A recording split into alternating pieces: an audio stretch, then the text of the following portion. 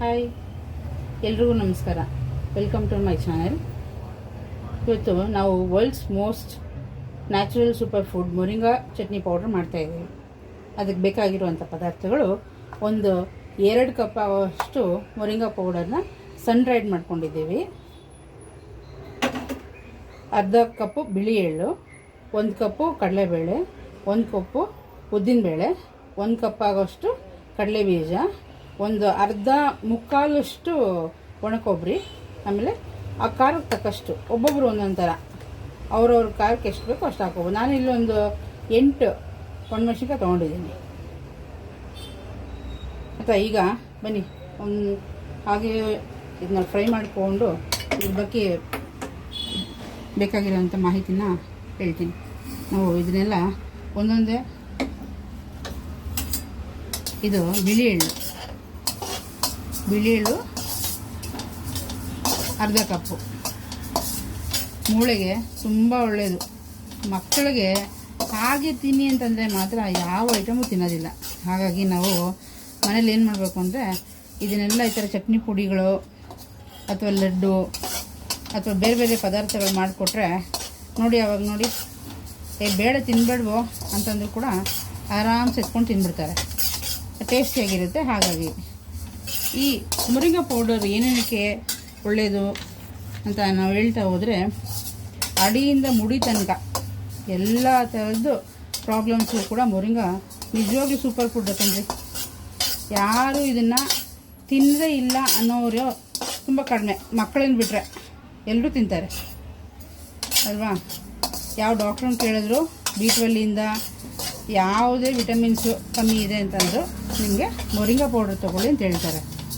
ಈ moringa powder ಇದೆಯಲ್ಲ, ಇದನ್ನು ಬೆಳಗ್ಗೆ ಒಂದು ಹುಡುಗಿಯರು ಬೆಚ್ಚಗಿರೋಷ್ಟು ನೀರಿಗೆ ಒಂದು ಅರ್ಧ ಚಮಚ ಅಷ್ಟು ಮೊರಿಂಗಾ ಪೌಡರು, ಆಮೇಲೆ ಅದಕ್ಕೆ ಒಂದು 4-5 ಡ್ರಾಪ್ಸ್ ಆಫ್ ನಿಂಬೆ ರಸ ಹಾಕ್ಕೊಂಡು ಕುಡಿತಾ ಬಂದರೆ ನಿಮಗೆ ವಿಟಮಿನ್ಸು ಯಾವುದು ಸಿಗ್ತಾ ಇಲ್ಲ ಬಾಡಿಗೆ ಅದೆಲ್ಲ ಕೂಡ ಫುಲ್ಫಿಲ್ ಆಗುತ್ತೆ.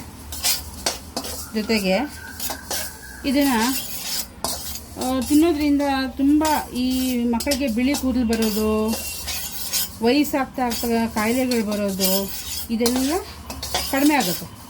ನೋಡಿ, ಮೊದಲೆಲ್ಲನೂ ಏಜ್ ಆಗಿರೋರು, ಹಳ್ಳಿ ಕಡೆ ಇರೋವಂಥವರು ಅವರೆಲ್ಲ ಎಷ್ಟು ಗಟ್ಟಿ ಇದ್ದರು. ಏನಕ್ಕೆ ಎಷ್ಟು ಗಟ್ಟಿ ಇದ್ದರು ಅಂದರೆ ಅವರು ಒಳ್ಳೆ ವಿಟಮಿನ್ಸ್ ತೊಗೋತಾ ಇದ್ರು, ಹಾಗಾಗಿನೇ ಅವ್ರು ಚೆನ್ನಾಗಿದ್ರು. ನಾವು ಏನು ಮಾಡ್ತಾಯಿದ್ದೀವಿ,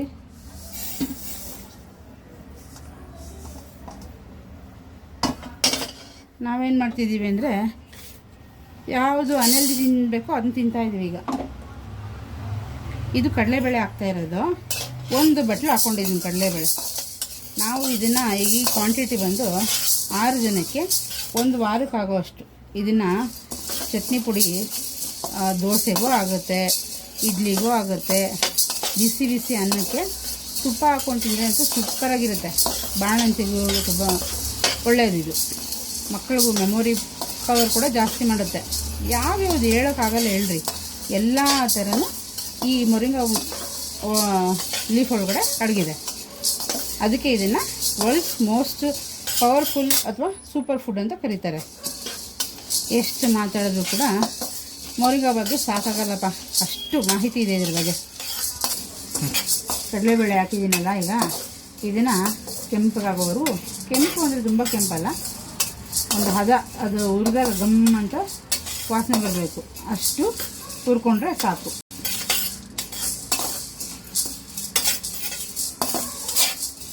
ಎಲ್ಲ ಇಂಗ್ರೀಡಿಯೆಂಟು ಸಪ್ರೇಟಾಗಿ ಹುರ್ಕೋಬೇಕು.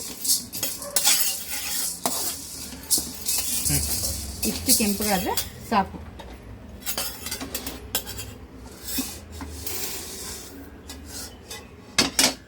ಆಯಿತಾ, ಕಡಲೆ ಬೀಜ ಹುರ್ಕೊಳ್ಳೋಣ. ಇದು ಕೂಡ 1 ಕಪ್ಪು.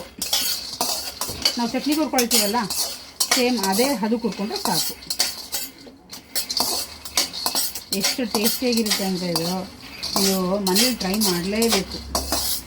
ಬೇರೆ ಅದನ್ನು ಚಟ್ನಿ ಪೌಡರ್ ತಿನ್ನಬೇಕಂತಲೇ ಅನಿಸಲ್ಲ, ಅಷ್ಟು ಚೆನ್ನಾಗಿರುತ್ತೆ.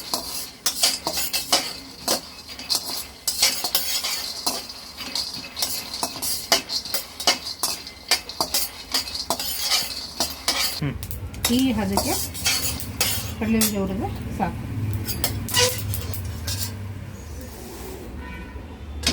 ನಾವೀಗ ಉದ್ದಿನಬೇಳೆ ಹಾಕೋ 1 ಕಪ್ಪು. ಇದು ಹಾಗೆ ಸ್ವಲ್ಪ ಕೆಂಪು ಹುರ್ಕೊಂಡ್ರೆ ಆಯಿತು.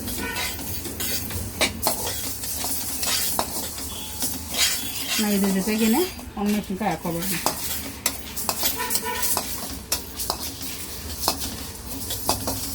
ಹಾಂ,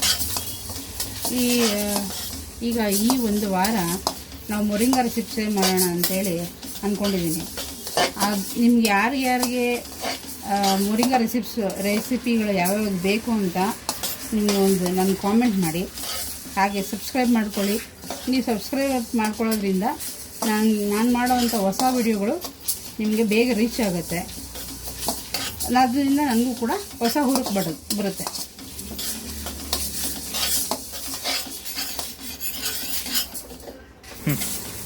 ಹಾಂ, ನೋಡಿ ಉದ್ದಿನಬೇಳೆ ಈ ಥರ ಕೆಂಪಗೆ ಬಂದರೆ ಸಾಕು. ಘಮ ಎಷ್ಟು ಚೆನ್ನಾಗಿ ಬರ್ತಾಯಿದೆ ಅಂದರೆ ತುಂಬ ಚೆನ್ನಾಗಿದೆ ಘಮ. ಅದಕ್ಕೆ ಬಂದರೆ ಸಾಕು ಅಂತ ತೆಗೆಯೋಣ. ನಾನು ಆಗಲೇ ಈ ಬೆಳ್ಳುಳ್ಳಿ ಮತ್ತು ಹುಣಸೆಹಣ್ಣನ್ನು ಮರೆತೆ ಹೇಳೋದು. ಇದನ್ನು ಬೆಳ್ಳುಳ್ಳಿನ ಸಿಪ್ಪೆ ಸಮೇತನೇ ಹುರ್ಕೋಬೇಕು. ಸಿಪ್ಪೆ ಕೂಡ ತುಂಬ ಒಳ್ಳೆಯದು. ಹಾಗಾಗಿನೇ ನಾವು ಸಿಪ್ಪೆ ಸಮೇತನೇ ಹಾಕ್ತಿದ್ದೀನಿ. ಅವರವರು ಇಷ್ಟ ಅದು. ಕೆಲವರಿಗೆ ಸಿಪ್ಪೆ ಬೇಡ ಅನಿಸ್ಬೋದು, ಅಂಥವ್ರು ರಿಮೂವ್ ಮಾಡ್ಕೋಬೋದು.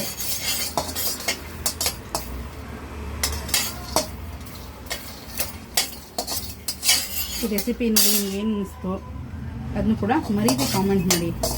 ನಿಮ್ಮ ಕಾಮೆಂಟ್ಸ್ ನಮಗೆ ಮುಂದಿನ ದಾರಿ ದೀಪವಾಗಿರುತ್ತೆ.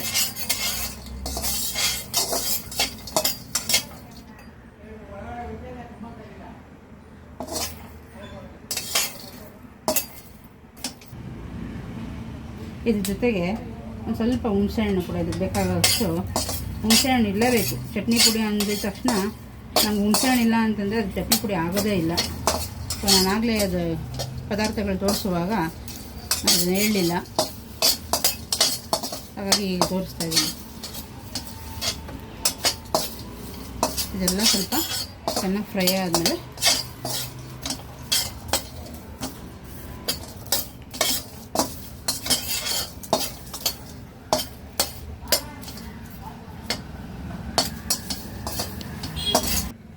ಈಗ ನೆಕ್ಸ್ಟು ಉಳಿದಿರೋದು ಕೊಬ್ಬರಿ. ಒಂದು ಕೊಬ್ಬರಿ ಸಣ್ಣ ಸಣ್ಣ ಪೀಸ್ ಮಾಡಿಕೊಂಡು ಒಂದು ಸ್ವಲ್ಪ ಕೆಂಪಗಾಗೋವರೆಗೂ ಹುರ್ಕೊಳ್ಳೋಣ. ತೀರಾ ಕೆಂಪಗಲ್ಲ, ಕಲರ್ ಚೇಂಜ್ ಆಗುತ್ತೆ ಸ್ವಲ್ಪ. ಅಷ್ಟು ಹುರ್ಕೊಂಡ್ರೆ ಚಟ್ನಿ ಪುಡಿಗೆ ಒಳ್ಳೆ ರುಚಿ ಕೊಡುತ್ತೆ.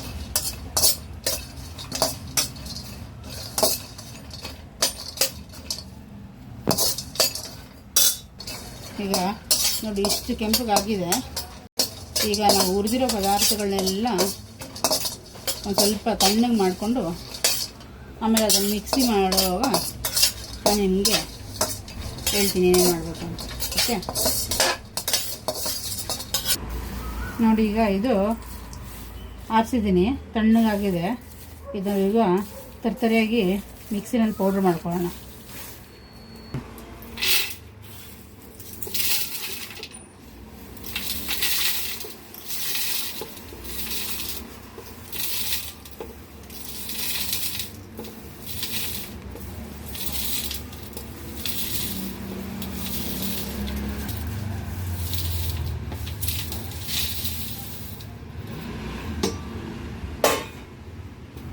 ಇದಕ್ಕೆ ಸಾಲ್ಟು ಮತ್ತು ಇಂಗು ಎರಡು ಹಾಕೊಳ್ಳೋಣ.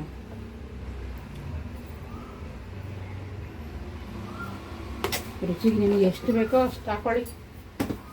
ಜೊತೆಗೆ ಒಂದು ಸ್ವಲ್ಪ ಇಂಗು ಕೂಡ ಹಾಕೊಳ್ಳಿ.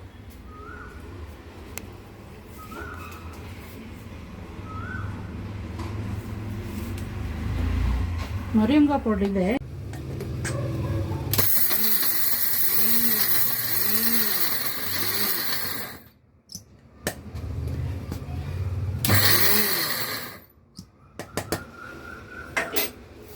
ಇದಕ್ಕೆ ಮೊರಿಂಗಾ ಪೌಡರ್ ಹಾಕೊಳ್ಳೋಣ.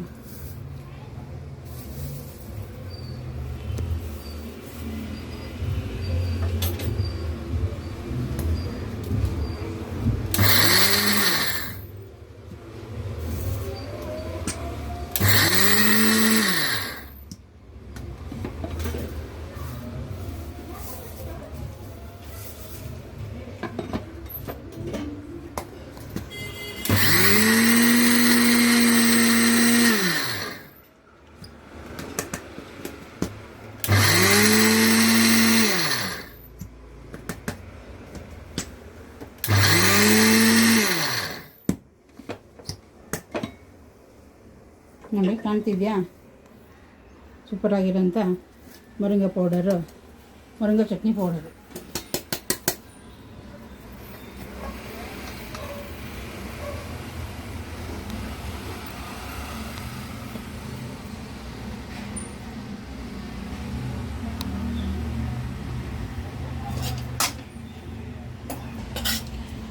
ಈಗ ಚಟ್ನಿ ಪುಡಿ ರೆಡಿ ಇದೆ. ಇದನ್ನು ಒಂದು ಏರ್ ಟೈಟ್ ಕಂಟೈನರಲ್ಲಿ ಹಾಕಿ ನೀವು ಒಂದು ತಿಂಗಳು, 2 ತಿಂಗಳು, 3 ತಿಂಗಳು ಬೇಕಾದ್ರೆ ಇಟ್ಕೋಬೋದು. ಬಿಸಿ ಅನ್ನಕ್ಕೆ, ಚಪಾತಿಗೆ, ದೋಸೆಗೆ, ಇಡ್ಲಿಗೆ, ತುಪ್ಪದ ಜೊತೆಗೆ ತುಂಬ ಚೆನ್ನಾಗಿರುತ್ತೆ. ನಿಮಗೆ ಈ ಚಟ್ನಿ ಪುಡಿ ಬೇಕಂದ್ರೂ ಅಥವಾ ಮೊರಿಂಗಾ ಪೌಡ್ರ್ ಬೇಕಂದ್ರೂ ಈ ಸ್ಕ್ರೀನ್ ಮೇಲೆ ನಂಬರ್ ಬರುತ್ತೆ, ಆ ನಂಬರ್ಗೆ ಕಾಂಟ್ಯಾಕ್ಟ್ ಮಾಡಿದ್ರೆ ನಿಮಗೆ 5 ಕಿಲೋಮೀಟ್ರ್ ಒಳಗಡೆ ನಿಮಗೆ ಫ್ರೀ ಇರುತ್ತೆ ಡೆಲಿವರಿ ಎಲ್ಲ. 5 ಕಿಲೋಮೀಟ್ರ್ ಆಚೆ ನಾವು ತುಂಬ ದೂರ ಇದ್ದೀವಿ ಅಂತಂದರೆ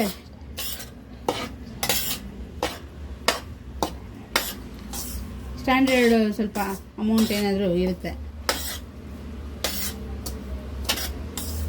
ಬುಕ್ ಮಾಡ್ಕೊಳ್ಳಿಯಪ್ಪ.